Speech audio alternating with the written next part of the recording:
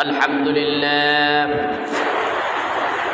لله وكفى وسلام على عباده الذين اصطفى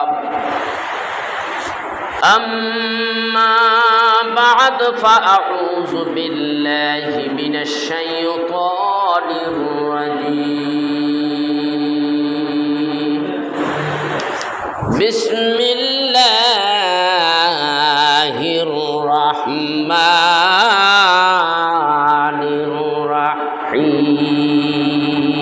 الرحيم ولا تقولوا لمن يقتل في سبيل الله أموات بل أحياء ولكن لا تشعرون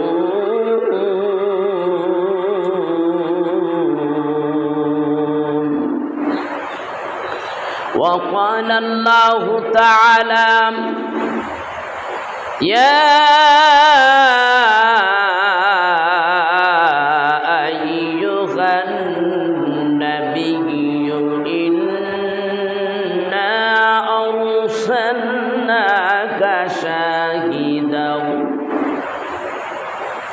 شاهدا ومبشرا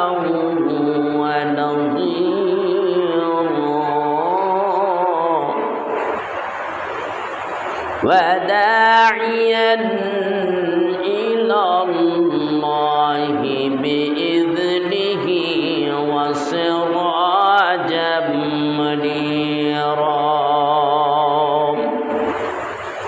إن الله وملائكته يصلون على النبي يا أيها الذين آمنوا صلوا عليه وسلموا تسليما اللهم صل سيدنا مولانا وعلى آله سيدنا اللهم سلم سيدنا مولانا وعلى آله سيدنا नाना जी की दिन बचाने के लिए हजरत हुसैन नाना जी की दिन बचाने के लिए हजरत हुसैन काट दिया सिर करबला में दिन बचाने के लिए अल्लाहुम्मा सल्ली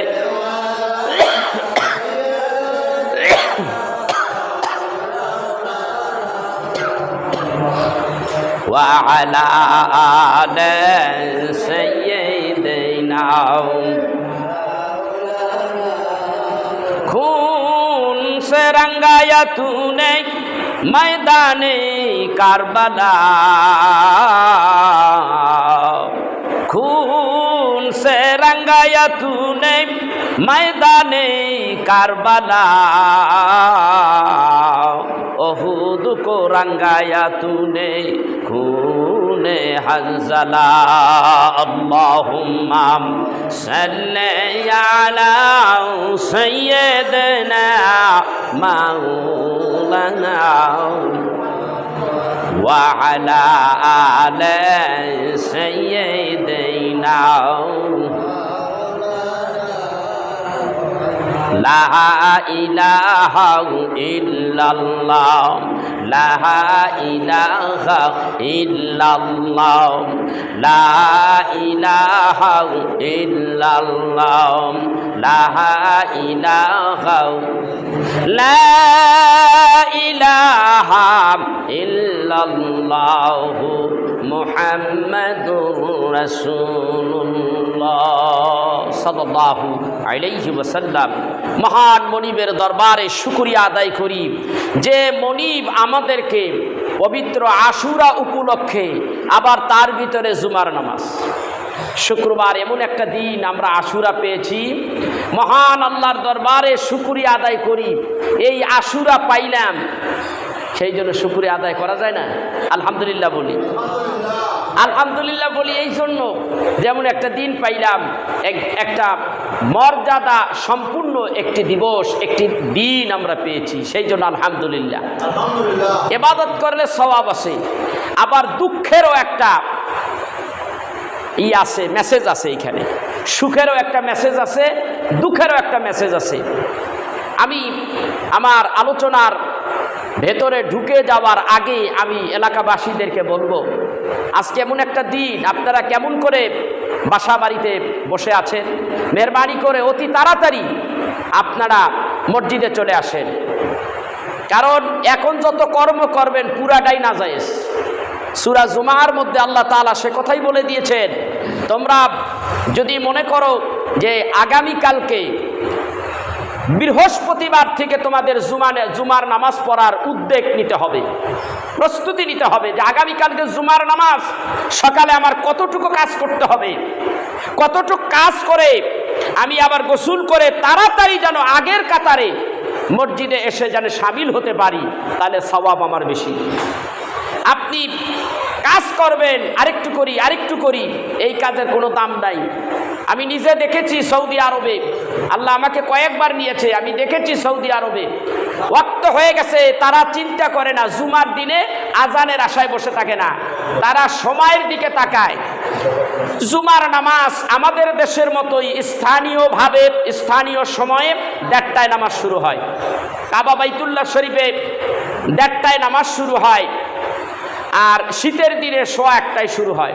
কিন্তু তাদের নামাজের জন্য প্রস্তুতিটা 11টার সঙ্গে সঙ্গে তারা বাইতুল্লাহ শরীফের মধ্যে ঢুকে যায়। আল্লাহু আকবার। রাস্তাঘাটে ভরপুর, ওইখানে কতখানি এরিয়া নিয়ে জানো, বাইতুল্লাহ শরীফের এরিয়া, ওইখানে আর ইসের দরকার নাই, আলাদা কোনো মসজিদের দরকার নাই, আলাদা কোনো আপনার জামাতের দরকার নাই, বাইতুল্লাহ শরীফের একামতেই একামত। ওইটা অনেকখানি জায়গা, ওটা আমার খেয়াল নাই কতখানি এরিয়া জানো। মসজিদে নবাবী মদিনায় একই অবস্থা। তো আজকে আমি একথাটা বলতে চাচ্ছি যে নামাজের জন্য বিশেষ করে জুমার নামাজের প্রস্তুতি আপনার অন্তত আজানের আধা ঘন্টা আগে আপনার প্রস্তুতি নিতে হবে, এটাই হলো নিয়ম। তাহলে আল্লাহ তাআলা যত আগে ঢুকবেন তত সওয়াব বেশি পাওয়া যাবে। যাই ওইদিকে আমি যাব না। আমি আজকে দেখতে পাচ্ছি আমাদের বাংলাদেশের মানুষগুলি বিগত 5-7 বছর আগে যেমন ছিল ধর্মভীরু, এখন ওইটা নাই। মানুষগুলি যেন কেমন হয়ে গেছে, মানুষগুলি ইসলামী কোনো প্রোগ্রামে ঢুকতে চায় না, তাদের এটা ভালো লাগে না, মোবাইল টিপাটা ভালো লাগে, ঠিক কিনা? আবার দেখা যায় ছাত্র সমাজ, যুব সমাজ 2-4টা 5টা 10টা এক জায়গায় বসে মাদক সেবী, মাদক শ্রবণ করতেছে, মাদক খাচ্ছে, তারা ডাইলিয়া বা বিভিন্ন জায়গার থেকে আসতেছে, আপনার কি বলে ভারতের বর্ডার ক্রস করে বাংলাদেশে আসতেছে, এত পাহারা দেওয়া হচ্ছে, তার মধ্যে এইগুলি চলে আসতেছে। ভারত চাচ্ছে কি আমরা মুসলমান যুব সমাজকে ধ্বংস করে দেওয়া, এদেরকে ধ্বংস করে দিতে পারলেই আমাদের যে মনের ভিতরে যে একটা চিন্তা, আমাদের যে মিশন, এটা সফল হয়ে যাবে। এরা এর মধ্যেই আপনারা দেখেছেন আপনার কি বলে তেঁতুলিয়ার দিকে একটা জেলার নাম, আমার নাম মাথায় মনে আসতেছে না, সেইখানে রাম মন্দির বানাইতেছে প্রকাশ্য দিবালোকে, একেবারে রোডের উপরে এক বিশাল আকারে তারা মন্দির বানাইতে আছে। এটা কি ঠিক? এটা কি ঠিক? এটা কোনোদিনও হতে পারে না, এটা মুসলমান মেনে নিতে পারে না। কারণ মূর্তি, আল্লাহর হাবিব বলে আমি এসেছি মূর্তি ভাঙতে, মূর্তি গড়তে নয়। মুসলমান কেমন করে এটা বরদাস্ত করে? বর্তমান যুগে কিছু আলেমরা আছে ক্ষমতা পাইছে, এখন সব ভুলে গেছে গা। আর আগে যখন পিছনের সরকার, যে কোনো সরকারি হোক, আছে একজন আছে, এই সময় এইটা না চাই, ওইটা না যাচ্ছে, এইটা হচ্ছে, ওইটা হচ্ছে। আর আজকে তার চাইতে বেশি বেশি পরিমাণ শিরকি বেদাতি মূর্তি পূজা এবং মূর্তি খানার ভিতরে দেয়া উলুধ্বনি দেওয়া, এগুলি সব জায়েজ হয়ে গেছে। অন্য কোনো মৌলানারা এইটার প্রতিবাদ করে না। কোথায় গেছে আমাদের দেশ? মোবাইল টিপতে যুব সমাজ শেষ। মাদক সেবী যারা, মাদক যারা খায়, এই জিনিসটা খায়, এই যে খাওয়ার কারণে মানুষগুলি 2 দিন 3 দিন পড়তে বেউস হইয়া টাল হইয়া ঘুমাইয়া থাকে। আপনারা দেখেন, আজকেও দেখেছি। আমি উত্তরবঙ্গে 1 সপ্তাহ সফর করে আসলাম সিরাজগঞ্জ দিয়া। সকালবেলা যখন আমি রাত্রে 2টায় উঠছি ট্রেনে, খুব দ্রুতগামী ট্রেন, এটা টিকিট পাওয়া বড় কঠিন। আমি 4 দিন আগে টিকিট নিছি, তাও রাজশাহীর থেকে নিছি। সকালে রাত্রে 2টায় উঠছি, সকালে ভোরে আমি নামছি। নামার আগেই আমি ফজরের নামাজ পড়ে নিয়েছি। নামছি, পরে দেখি ঢাকার শহরে বিভিন্ন আপনার ইসের ভিতরে, যে কি বলে, আইল্যান্ডের উপরে 4 জন 5 জন করে ঘুমিয়ে আছে। মানি দেখি এর সব খাইয়া ঘুমাইছে, শেষ, দেশ শেষ করে ফেলেছে। আজকেও দেখলাম এই যে আমাদের পাঁচচরে যে আপনার কি বলে ট্রেন, ওভারব্রিজটা ট্রেন চলে, যে তার পাশে আবার যাত্রী এখান দিয়ে যাতায়াত করে, তার নিচে দা পাটাতন বিষয় দিছে, একটা পাটাতন চুরি করে লয়ে গেছে। এই হলো আমাদের বাংলাদেশের চরিত্র। কারা নিচেরা? যারা টাকার দরকার, এখন আমার মাদক কিনতে হবে, টাকা নাই, চুরি চামারি শুরু করে দিয়েছে। বাংলাদেশ চোরে চোরে ভরে গেছে গা। বাংলাদেশ শেষ হয়ে গেছে, যুব সমাজ তো শেষ। আজকে আমরা বুড়া আবাল বৃদ্ধ সব শেষ। ওয়াজ মাহফিলে মানুষ থাকে না, ভালো আমাদের ধর্মীয় অনুষ্ঠানে মানুষ পাওয়া যায় না, নামাজে মানুষ পাওয়া যায় না। আজকে আমাদের কপালে হইলটা কি? এই যে মাদক সেবন করা, এটা খাওয়ার বাড়িটা কি? খাইয়া তুই মরে যা, শেষ হয়ে যা। কিডনি, হার্ট, ফুসফুস এইগুলি সব অকেজ হয়ে যায়। একটা সময় এই যুব সমাজ শেষ। একটা সময় জিহাদের ময়দানে ডাক দেওয়া হবে। আমরা হিন্দুরা, বৌদ্ধরা, খ্রিস্টানরা বলছে যে আমরা একটা তাণ্ডব ঘটাবো, তখন যেন তারা উঠতে না পারে, উঠে আমাদের বিরুদ্ধে না দাঁড়াইতে পারে, আমাদের মিশন সাকসেসফুল হয়ে যাবে। আমরা মুসলমানের সন্তান, এটা তো হইতে দেওয়া যায় না।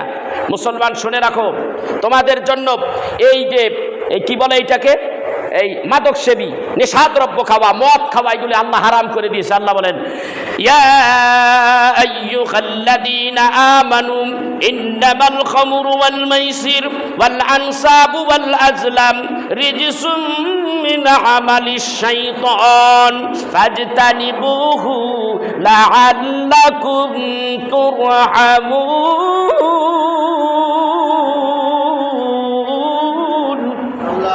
আল্লাহ বলেন, এই আয়াত দিয়া আল্লাহ বলতেছেন, মদ, জুয়া, মূর্তি পূজা করা, এইগুলি তোমাদের জন্য হারাম করে দেওয়া হয়েছে। আল্লাহ হারাম করে দিয়েছে। এইগুলি শয়তানের কাজ, শয়তানের কাজ, তোমরা করো না। সেই জন্য ভাই, আমি আপনাদেরকে বলবো, এই কাজ আপনারা করেন না। তাই যারা বাড়িতে আছেন, দয়া করে চলে আসেন। আমি অদম গুনাহগার, বহুদূর থেকে আসছি। আজকে একটা অনুষ্ঠান উপলক্ষে ভাই আমাকে দাওয়াত দিয়েছেন, সেই জন্যে আজকের এই অনুষ্ঠান আমি এসেছি। সেই জন্য আজকে কথা হচ্ছে, কথা বলতেছি, আলোচনা করতেছি। তো ভাই, আমি আপনাদেরকে একটা কথা বলি, আজকে যে আশুরার দিন, এই আশুরা কি? আষাঢ় শব্দ তো 10। আশুরা মানে কি? 10 তারিখ। একটা নির্দিষ্ট দিনের নাম হলো আশুরা। এই আশুরায় আপনি যখন ইবাদত করবেন, তার ইবাদতের মর্যাদা, সওয়াব কি পরিমাণ পাওয়া যায় হাদিস শরীফে আসছে। আজকে পবিত্র আশুরার দিন রোজা রাখা, এক সময় এই আশুরার রোজা ফরজ ছিল। আল্লাহর হাবিব, কালকে আমি মুসলিম শরীফের হাদিস খুলে দেখলাম, অসংখ্য হাদিস, সেখানে হাদিস আর হাদিস। রাসূল বলতেছেন, রাসূল এই রোজা রাখছেন, পরবর্তী টাইমে রোজা ছাইড়ে দিচ্ছেন। যখন মদিনায় আসলেন, মদিনায় আসার পরে রমজানের রোজা 1 মাস যখন ফরজ হয়ে গেছে, তখন এই রোজা শিথিল হয়ে গেছে। আপনি রাখলে সওয়াব আছে, পাহাড় পরিমাণ সওয়াব পাবেন, না রাখলে গুনার কোনো কারণ নাই, গুনাহ নাই। বনি ইসরাইল কওমের মধ্যে এরা এই রোজা রাখতেন, আশুরার রোজা। আমরা আশুরা বলতে বুঝি যে ইমাম হোসাইন শহীদ হয়ে গেছে, না, এখানে আরো অনেক কিছু ঘটে গেছে। আজকে কিন্তু আমাদেরকে একটা চিন্তা করা উচিত ছিল। আজকে এমন একটা দিন গেছে, এই দিনটা যদি হাদিসের ভাষায় আপনি যদি বুঝতে পারতেন, তাহলে আপনার কলিজাটা কাঁপত। আজকে কত বড় একটা ভয়াবহ দিন আমাদের মাধ্যমে যাচ্ছে, আমাদের ভিতর দিয়া যাচ্ছে। কারণ আল্লাহর হাবিব বলেছে কিয়ামত তো ওই দিনই হবে যেই দিন পবিত্র আশুরা, আর আশুরাটা যেই দিন জুমাবার পড়বে। আজকে সেই জুমার দিন আমাদের কলিজার মধ্যে আঘাত লাগার কথা যে কখন জানি কি হয়ে যায়। সেই জন্য বেশি বেশি ইস্তিগফার করা, আল্লাহর কাছে পানাহ চাওয়া। কিন্তু আমরা ওইটা বাইরে করিয়া আজকে হানাহানি শুরু করে দিয়েছি, ঝগড়াঝাটি শুরু করে দিয়েছি, সংঘর্ষ শুরু করে দিয়েছি সেই এজিদ বাহিনীর মতো। এজিদ বাহিনী কিন্তু যারা সংঘর্ষ করতেছে অন্যায়ভাবে তারাও মুসলমান, আর যারা সইতেছে, যাদেরকে মারতেছে তারাও মুসলমান। ইমাম হোসাইনকে মারছে যারা, তারাও মুসলমান নামদারি। ইমাম হোসাইন তো রাসূলের কলিজার টুকরা, তার দলে যারা আছে তারাও মুসলমান। তাহলে ওখান থেকে ইসলাম দুইটা ভাগ হয়ে গেছে, একটা হলো এজিদি ইসলাম আর আরেকটা হলো হুসাইনি ইসলাম। হুসাইনি ইসলামের মধ্যে আদর্শ আছে, হুসাইনি ইসলামের মধ্যে রসুলের আদর্শ আছে, হুসাইনি ইসলামের মধ্যে ভালোবাসা আছে, হুসাইনি ইসলামের মধ্যে মুহাব্বত আছে, হুসাইনি ইসলামের মধ্যে বৈষম্যতা নাই। আর যারা মারলো ইমাম হাসানকে, ইমাম হুসাইনকে মারলো, এদের মধ্যে বৈষম্যতা আছে, এদের মধ্যে কাফের মুশরিকদের সব চরিত্র এদের ভিতরে ভরপুর।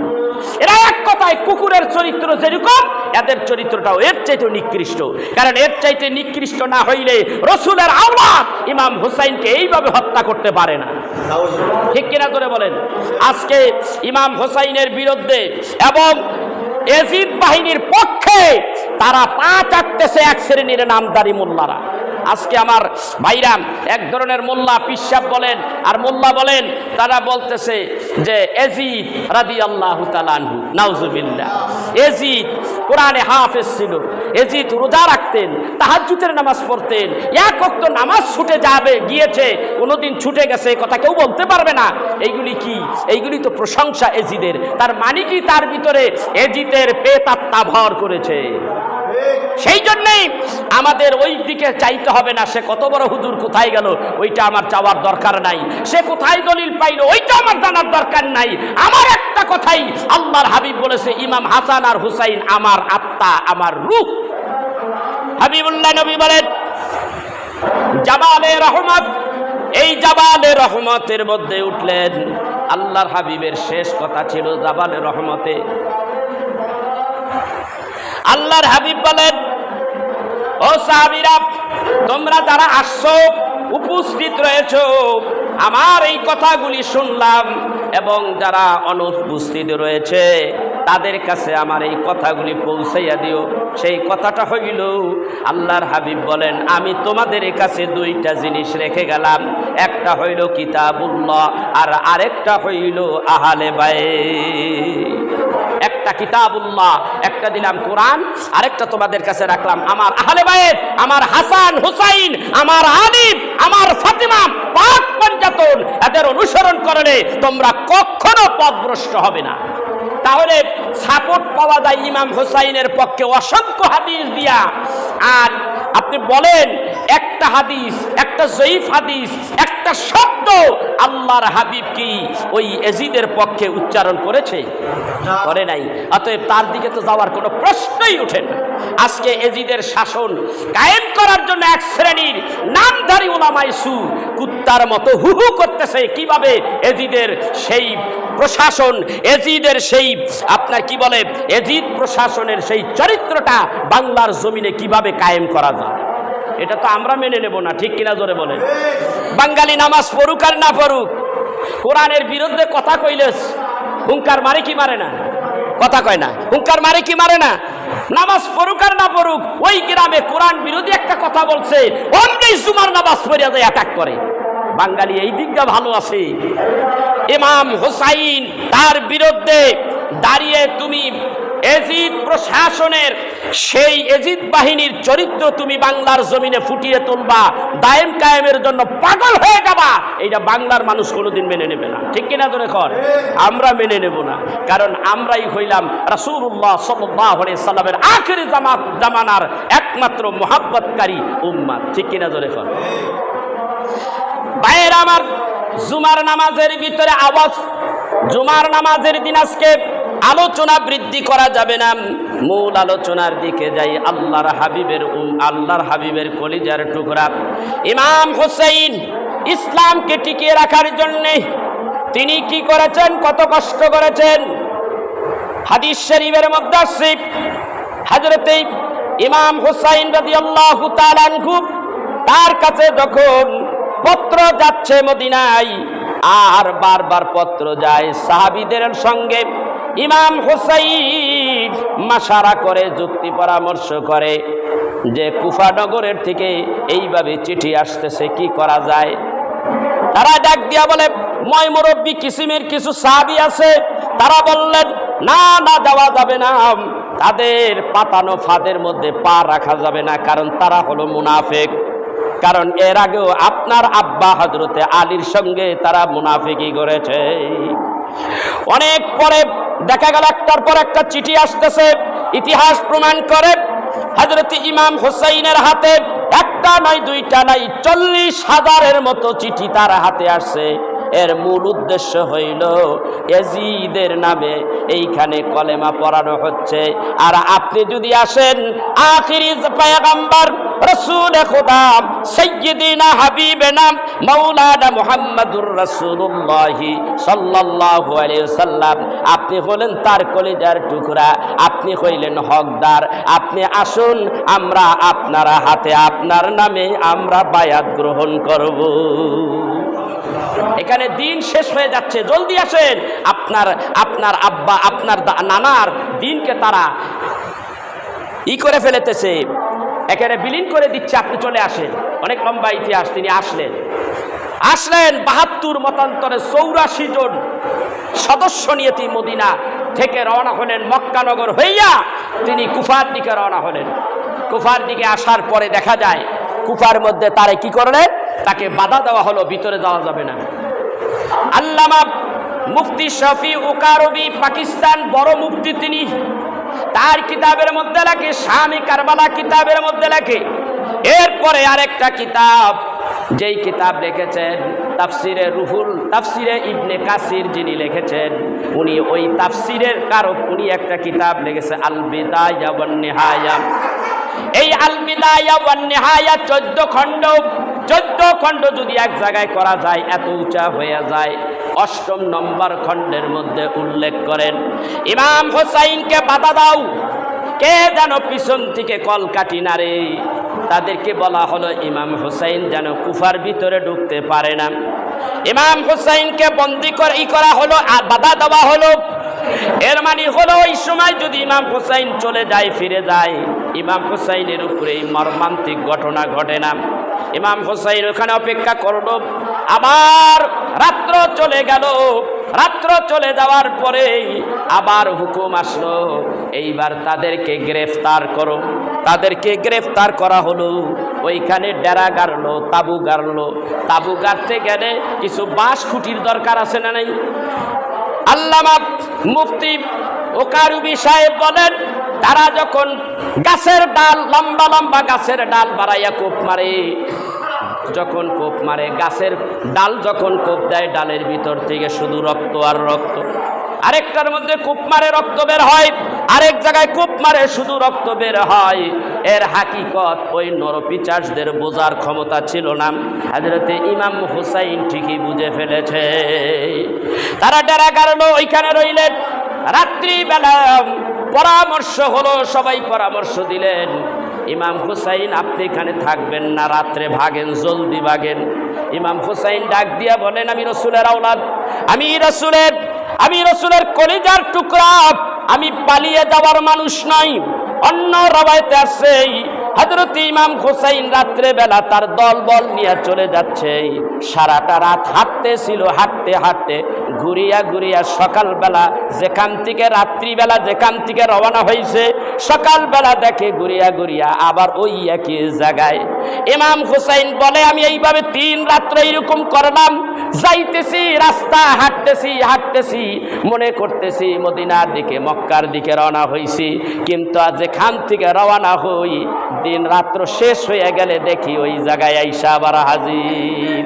ইমাম হুসাইন বলেন, আমি বুঝতে পেরেছি আমার নানা ভাই আমাকে আগাম বর্ণনা, আগাম কথা যা বলে দিয়েছেন, আমার নানা ভাইয়ের কথাগুলি এখন বাস্তবে পরিণত হচ্ছে। আমি ইমাম হুসাইন এখান থেকে জান নিয়ে যেতে পারবো না। আমার নানা বলে দিয়েছে আমি শহীদ হয়ে যাব। আমি বাঁচার চেষ্টা করলে কি হবে? বাঁচতে পারবো না, কারণ আমার কপালের মধ্যে লিখে দেওয়া হয়েছে শহীদ। আমি যখন মক্কার থেকে কুফায় আসতেছিলাম, রাত্রিবেলা যখন আমাদের কাফেলা যায়, বাতাসের ভিতর থেকে আওয়াজ আসে, লোকেরা কারবালার দিকে যায়, আর তার সঙ্গে সঙ্গে মৃত্যুও যায়। আমার ভাইরা, আমার বন্ধুরা, এইরকম ভাবে অনেক কথা, অনেক লম্বা কথা। ইমাম হুসাইনকে এক পর্যায়ে বন্দী করে নেওয়া হলো। অনেক কথা আছে এখানে। অনেক দূরে নিতে নিতে কারবালার প্রান্তরে তারে রেখে দেওয়া হলো। ভিতরে কোথাও যেতে দিল না, রাজধানীর দিকে যেতে দেওয়া হলো না, মরুভূমির মধ্যে রেখে দেওয়া হলো। পানি চাইয়া চাইয়া দেখে, কিন্তু পানি ধরতে পারে না, খাইতে পারে না। এজিদ বাহিনী এত কষ্ট দিয়েছে। হাদিস শরীফের মধ্যে আসছে অনেক লম্বা ইতিহাস। এই লম্বা ইতিহাস 2-4 দিন বললো শেষ হবে না। শুধু আমি এতটুকু বসতে চাই। মিশকাত শরীফের হাদিসের মধ্যে আসছে, হযরতে উম্মে সালমা রাদিয়াল্লাহু তাআলা আনহু, নবীজির ছোট্ট স্ত্রী, যিনি ছোট ছিলেন, যার কাছে আল্লাহর নবী এক মুষ্টি মাটি দিয়েছিলেন।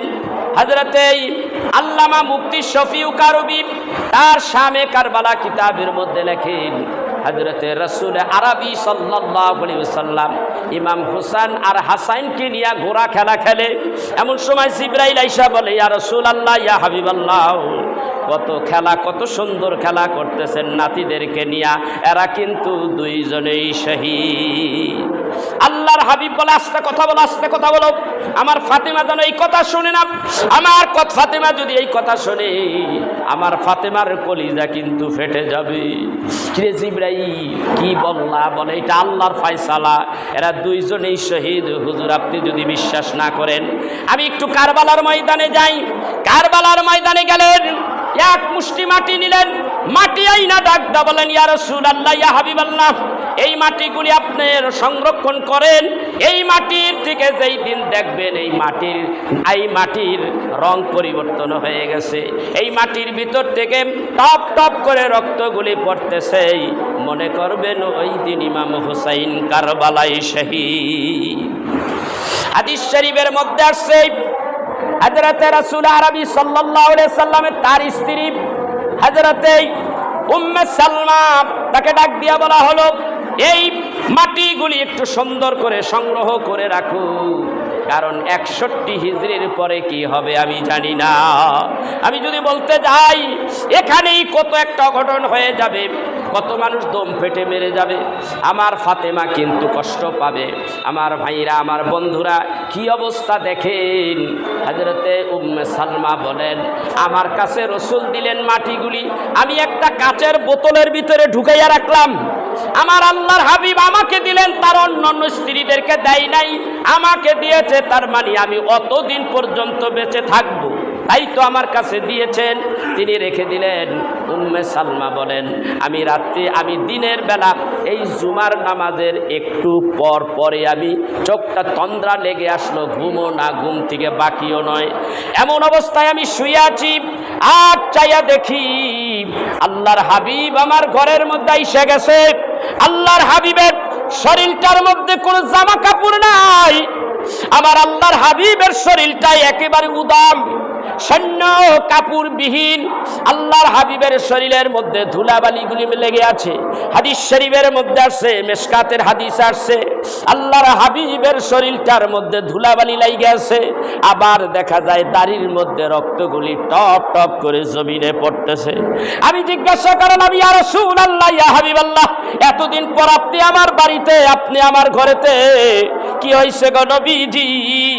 আপনার শরীরের মধ্যে এইভাবে কেন ধুলাবালি লাগতেছে গো নবীজি? এবং আপনার দাড়ি বেয়ে বেয়ে এইভাবে টপ টপ করে রক্ত পড়তেছে। আল্লাহর হাবিব ডাকদা বলে, এ সালমা, আমার হুসাইন কারবালায় শহীদ হয়ে গেছে রে, আমার হুসাইন কারবালায় শহীদ হয়ে গেছে, আবার হুসাইন দুনিয়ায় বেঁচে নাই রে। এ সালমা, জলদি করে মদিনায় সবাইকে জানাইয়া দাও ইমাম হুসাইন শহীদ। হযরতে সালমা রাদিয়াল্লাহু তাআলা আনহু উঠে বসলেন, উঠে বসে বসে কাঁদতেছে। এই হাদিস বর্ণনা করতেছে সালমা রাদিয়াল্লাহু তাআলা আনহুর দাসী, তার নামও সালমা। একজন হইল সালমা, আরেকজন হলো উম্মে সালমা। তার দাসী বলতেছে, আম্মাজান কান্দে। আমি জিজ্ঞাসা করলাম কান্নার কারণ কি? বলে কান্নার কারণ হলো আমি দেখতে পাইলাম আল্লাহর হাবিব আমার ঘরে আসছে। এই বর্ণনা দিলেন, যার কারণে উম্মে সালমা কাঁদতেছে। তুমি বলে দাও। হযরতে আব্বাস রাদিয়াল্লাহু তাআলা আনহু থেকে একটা হাদিস, এই হাদিসটা নকল করেছেন আল্লামা ইবনে কাসির তার 8ম ভলিউমের মধ্যে আল বিদায়া ওয়ান নিহায়া কিতাবের মধ্যে। তিনি বলতেছেন, আমার আল্লাহর হাবিব আমার ঘরের মধ্যে আসছে। আয়েশা দেখি আমার হাবিবুল্লাহ নবীর গায়ের মধ্যে কোনো কিচ্ছু নাই, ধুলাবালি আর ধুলাবালি, আর দুইটা হাতের মধ্যে দুইটা কাচের গ্লাস, কাচের গ্লাসের মধ্যে লাল লাল পানির মতো দেখা যায়। আমি জিজ্ঞাসা করলাম আল্লাহর হাবিব কোথা থেকে আসছেন? হযরতে রাসূল আরবি সাল্লাল্লাহু আলাইহি সাল্লাম বলেন, আমি আসছি কারবালার ময়দান থেকে। চাচা যান, মদিনার বাসীদেরকে জানায়া দেন ইমাম হুসাইন নাই, ইমাম হুসাইন কারবালায় শহীদ হয়ে গেছে। এই মেসেজ দেওয়ার জন্য আমি এসেছি, আপনি জানায়া দেন মদিনাবাসীদেরকে। ইয়া রাসূলুল্লাহ, ইয়া হাবিবাল্লাহ, আপনার হাতের মধ্যে লাল লাল ওই শরবতের মতো দেখা যায়, দুইটা কাচের পাত্রের মধ্যে, এইগুলি কি? আল্লাহর হাবিব বলেন, এইটা হলো আমার ইমাম হুসাইনের তাজা রক্ত। ইমাম হুসাইনের গলার মধ্যে যখন ছুরি মারা হয়, ওই সময় তাজা রক্তগুলি যখন বের হয়, আমি আল্লাহর নবী তখন রক্তগুলি গুছিয়ে আমি এই কাচের পাত্রের মধ্যে জমা রাখছি। আর আরেকটার মধ্যে রক্ত আমার ইমাম হুসাইনের সঙ্গী সাথী, যারা হুসাইনের জন্য, আওলাদে রাসূলের জন্য যারা জীবন দিয়েছে, গলা কাটিয়ে দিয়েছে, তাদের রক্তগুলি এখানে রাখলাম। এবার বলবো, রাসূলের আওলাদের জন্য জীবন দিল যারা, তারা শহীদ কিনা? জোরে কোন। তারাও শহীদ, তাদেরও মর্যাদা আছে না নাই? এখন পর্যন্ত যারা আশুরা ইমাম হাসান হুসাইনকে স্মরণ করে, পাক পাঞ্জাবদের স্মরণ করে, কারবালার ময়দানের সেই করুণ ইতিহাস স্মরণ করে যারা কিছু অনুষ্ঠান করে, আর তারা শোক তাপ করে, শোক তাপটা আবার যেন এরকম জোরে জোরে না হয়, মনের মধ্যে কষ্ট লাগে। এই কষ্ট যারা লাগে, এইটা বলে না যায়, সেইটা বলে বেদাত। অথচ সাহাবীরা রাসূলের জন্য জীবন দিল। হযরতে ইমাম হুসাইনের সঙ্গে সাথীরা হযরতে ইমাম হুসাইনের জন্য তারা জীবন দিছে কি দেয় নাই? 100%। আজকে আলোচনা হচ্ছে, মিলাদ হবে, কিয়াম হবে, দোয়া হবে, আপনাদের জন্য সবার জন্য দোয়া হবে, এবং ইমাম হুসাইনের তরিকা, ইমাম হুসাইনের ইসলামের সঠিক কথাগুলি আমরা বলবো। এইগুলি 100 বার জায়েজ আছে, ঠিক কিনা? যুগে যুগে অশ্লীলতা, ইসলামের ভিতরে বেদাত ঢুকে যাবে, উল্টা পাল্টা অনেক কর্ম ঢুকে যাবে। এইগুলিকে ক্লিন করার জন্য, পরিষ্কার করার জন্য এইরকম আশুরার প্রোগ্রামের দরকার আছে না নাই? এই জন্যই এই ইসলামকে, সঠিক কথাগুলি, সঠিক আকীদাগুলি মানুষের কাছে তুলে ধরতে হবে। এই সমস্ত বিশেষ বিশেষ এই দিনগুলির মধ্যে, দিনগুলি আসলেই মানুষদের কাছে এইগুলি জানিয়ে দেওয়া প্রত্যেকটা মুসলমানের জন্য ফরজ, ঠিক কিনা? তা না হলে আগাছায় ইসলাম ভরপুর হয়ে যাবে। এক সময় ইসলাম থাকবো না, ভিতরে কিছু থাকবে না, উপরে থাকবো কবার। কবার দেখতে সুন্দর, ভিতরে ঢুকে দেখবেন সালি, ঠিক কিনা? মাখন ফলের মতো। এখন এক শ্রেণীর মোল্লারা বাইরেছে, নেক্সট শুরুতে খালি শয়তানের দোকান। উপরে দেখা যায় কি বড় পাঞ্জাবি, এই বড় দাড়ি। এরা তো, এর মধ্যে কত হুজুর আছে, দেখা গেছে ঢাকাতে, নোয়াখালীতে দেখা গেছে এক ইমাম সাহেবের দর্শে এমন পিডাইছে দুইটারে দরিয়া, দেখে এরা খ্রিস্টান, অথচ ইমামতি করতেছে। চিন্তা করছেন দেশের মধ্যে কি শুরু হয়েছে? এদেশে আমার আব্বা হুজুর আজকের থেকে 40 বছর এই কথা বলতো, তখন আমার বিরক্ত লাগবে। এবারে ইয়ে কয় কি? আরে আমাদের ধর্ম কত সুন্দর, মানুষ নামাজ রোজা পড়তেছে, সবই তো ঠিক আছে, ওয়াজ নসিহত চলতেছে, এবারে কয় কি? মাঝখানটা কয় খ্রিস্টান। খ্রিস্টানরা এদেশে কাজ করতেছে। আজকে তার বাস্তব প্রমাণ দেখতেছি। খ্রিস্টান মৌলানার সুরুত দরিয়া তারা কাজ চালিয়ে যাচ্ছে, আর মানুষের ভিতরে বিভেদ সৃষ্টি করতেছে। ভাইয়েরা আমার, ইমাম হুসাইন কত বাজে?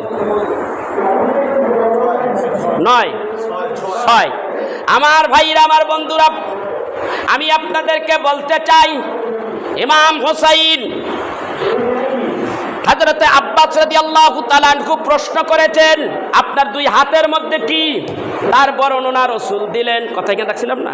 তার বর্ণনা দিলেন, একটার মধ্যে ইমাম হোসাইনের তাজা রক্ত, আর একটা হলো ইমাম হোসাইনের সঙ্গী সাথীদের যারা শহীদ হয়ে গেছে, ইমাম হোসাইনের জন্য সেই তাজা রক্ত আমার কাছে রেখে দিয়েছি।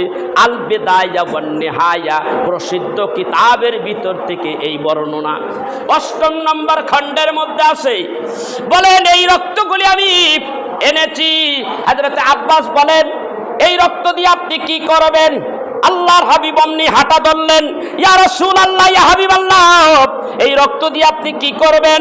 আল্লাহর হাবিব ইঙ্গিতে বুঝাইতে চাচ্ছে, আমি এই রক্ত নিয়ে আমি আমার আল্লাহর দরবারে যাইতেছি। পৃথিবীতে কেউ আল্লাহর দরবারে যাইতে পারে না, আল্লাহর হাবিব যাইতে পারে, ঠিক কিনা জোরে কর? মেরাজে গেছে, 7 আসমান পেরিয়ে আল্লাহর হাবিব চলে গেছে, কোনো মানুষ যাইতে পারে না। তবে হ্যাঁ, আল্লাহর ওলিরা যাইতে পারে। কিসের মাধ্যমে? কাশফের মাধ্যমে।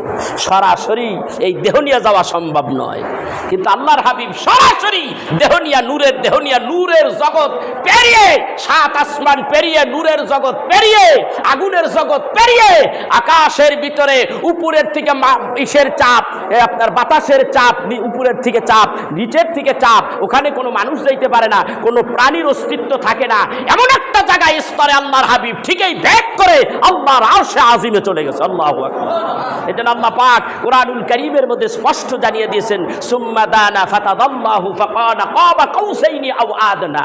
হাবিব আর আল্লাহ তাদের মধ্যে এমন একটা সম্পর্ক হলো তীর আর ধনুক, একেবারে এরকম সম্পর্ক। তীর যেরকম ধনুকের ভিতরে আল্লাহ, তারা আল্লাহ তাআলা এই নূরের সিফাতের ভিতরে, নূরের জাতের ভিতরে আল্লাহ রাসূলুল্লাহ সাল্লাল্লাহু আলাইহি সাল্লামের সিফাতি নূরটা ওইভাবে ঢুকে গেছে। এরপর আল্লাহ কয়, আও আদনা, আরো ভেতরে আসো। এই আয়াত কি আপনি অস্বীকার করতে চান? আল্লাহ তাআলার হাবিবকে জিজ্ঞাসা করলো, ইয়া রাসূলুল্লাহ, আপনি মেরাজে গেলেন, আল্লাহরে দেখেছেন? বলে, আমি আল্লাহরে দেখবো কি? আল্লাহ আমারে দয়া করে দেখা দিছে। মা যাগাল বাসারু ওয়া মা তাগা। বুখারীর হাদিস আছে, আল্লাহর কালামুল্লাহ শরীফের সাথ করেন, আমি আমার আল্লাহরে দেখেছি কপালের চোখ দিয়ে, আমার নজর এদিক সেদিক হয় নাই। এ কথাটুকু আমি এই জন্য বললাম যে আল্লাহ তাআলার হাবিব ইচ্ছা করলে যখন খুশি তখন আল্লাহর দরবারে যেতে পারে। হযরত আব্বাস জিজ্ঞাসা করলেন, ইয়া রাসূলুল্লাহ, কই যান গো নবীজি? নবী বললেন না। এই রক্ত কার পরিচয় দিলেন? এই রক্ত কি হবে এইটা তিনি বললেন না। তিনি বললেন, আমি আল্লাহর দরবারে যাই। তিনি বললেন, অন্য বর্ণনায় আসছে আল্লাহর হাবিব বলেন, আমি আল্লাহর দরবারে যাচ্ছি, আল্লাহর রহমত বরকতের টেবিলের উপরে এই রক্তগুলি রাখবো। আল্লাহ তখন আমারে জিজ্ঞাসা করবে, এইগুলি কিসের রক্ত গো হাবিব? আল্লাহ পাক তখন বলবে, এইগুলি কিসের রক্ত? আল্লাহর হাবিব বলবেন, আল্লাহ গো, আমার ইমাম হোসাইনের তাজা রক্ত এইখানে আমি নিয়ে আসছি। যেই ঘটনাটা কারবালার ময়দানে ঘটছে, আমার হোসাইনকে অন্যায়ভাবে মারছে, আমার হোসাইনের সঙ্গে জুলুম করা হয়েছে। আমি আপনার কাছে বিচার চাইতে পারতাম, আজকে আমি আপনার কাছে কোনো বিচার চাই না। আমি আমার ইমাম হোসাইনের তাজা রক্তের বিনিময়ে আমার গুনাহগার উম্মতগুলিরে তুমি আল্লাহ মাফ করে দাও। অন্য জায়গায় আসছে, আল্লাহ বলেন, হাবিব, আপনার জন্য এই তো আমি এত সুন্দর মণি মুক্তা দিয়া একটা চেয়ার বানায় রাখছি, একটা সিংহাসন বানাইলাম। হাবিব, আপনি বসেন বসেন। হাবিব, আল্লাহর হাবিব বললেন, আমি যদি আজকে হাসরের ময়দানে বসে যাই, আমার উম্মতের কি হবে? আমার উম্মতের খোঁজ খবর কে নেবে? তিনি অমনেই দৌড় মারবেন, একবার জাহান্নামের দরজার কিনারে যেয়ে পড়বেন। আল্লাহ চাইয়া চাইয়া দেখবেন হাবিব আজকে একেবারে পাগলের মতো হয়ে গেছে। আল্লাহর হাবিব চলে যাবেন জাহান্নামের দরজার কিনারে। কেন জাহান্নামের দরজার কিনারে কেন যাবে? আল্লাহর হাবিব বলে, আমার একটা উম্মত না জানি জাহান্নামের দিকে যায়, এই জন্যই আমি নবী ওখানে যাব। আবার একটা দৌড় দিয়ে ছিটকে এসে আবার পলসিরাতের ব্রিজের গোড়ায় থাকবে। কেন যাবে এইখানে? আমার উম্মতগুলি পলসিরাতের ব্রিজের উপর দিয়ে যাবার সময় না জানি পলসিরাতের ব্রিজের থেকে পড়ে আগুনের মধ্যে পড়ে যায়, জাহান্নামের নিম্ন দেশে পড়ে যায় কিনা। এই জন্যই আমি আল্লাহর হাবিব পলসিরাতের ব্রিজের কিনারে, আবার যাবেন মিজানের কিনারে। অন্য রাওয়ায়াতে আসছে হযরতে ইমাম হাসান আর হুসাইন পাক পাঞ্জাতন, অনেক কথা কিন্তু আমার আসছে মাথায়, অত কথা বলবো না। পাক পাঞ্জাতনের কাজ কি? হাসরের ময়দানে আপনার জন্য কি করবে তারা? আল্লাহর হাবিব বলবেন, ইমাম হাসান আর হুসাইন তোমরা দুইজন এই মিজানের কিনারায় থাকো, মিজানের পাল্লায় থাকো। ইয়া রাসূলুল্লাহ, ইয়া হাবিবাল্লাহ, এইখানে আমাদের কি কাজ? হযরতে রাসূল আরবি বলবেন, আমার উম্মতগুলিকে যখন মিজানের পাল্লায় উঠানো হবে, তোমরা চাইয়া দেখবা আমার উম্মতগুলি মিজানের পাল্লায় যখন দেখবা নেকের পাল্লা কম ওজন হবে, বদের পাল্লায় ওজন বেশি হয়ে যাবে, তাহলে আমার উম্মতগুলি জাহান্নামী হয়ে যাবে। তখন তুমি কাজ করবা একটা, আমার উম্মতের নেকের পাল্লা যখন হালকা হয়ে যাবে, বদের পাল্লা যখন ভারী হয়ে যাবে, তুমি ওই কারবালার ময়দানে যখন তোমার গলার ভিতরে ছুরি লাগাইছিল, ওই সময় তোমার গায়ের মধ্যে একটা পোশাক ছিল, ওই পোশাকটা আমি রসুলের পোশাক, আমি তোমাকে দিয়েছিলাম, ওই পোশাকটা কিন্তু রক্তে রঞ্জিত হয়েছে, লালে লাল হয়ে গেছে। ওই পোশাকটা আমার উম্মতের নেকের পালার উপর উঠাইয়া দিও, ওই সময় আমার উম্মতের নেকের পালার ওজন বেশি হয়ে যাবে। এইভাবে দিতে দিতে দিতে দিতে অনেক উম্মত জান্নাতি হয়ে যাবে। এক সময় ওই গায়ের জুব্বার কাজ করে না। কেমন কাজ করে না? কারণ এত পাপ করেছে উম্মতেরা। তখন আল্লাহর হাবিব বলে দিলেন, তখন একটা কাজ কইরো, আমার উম্মতের নেকের পালার উপরে তুমি ইমাম হুসাইন উঠা বইসা যাইও।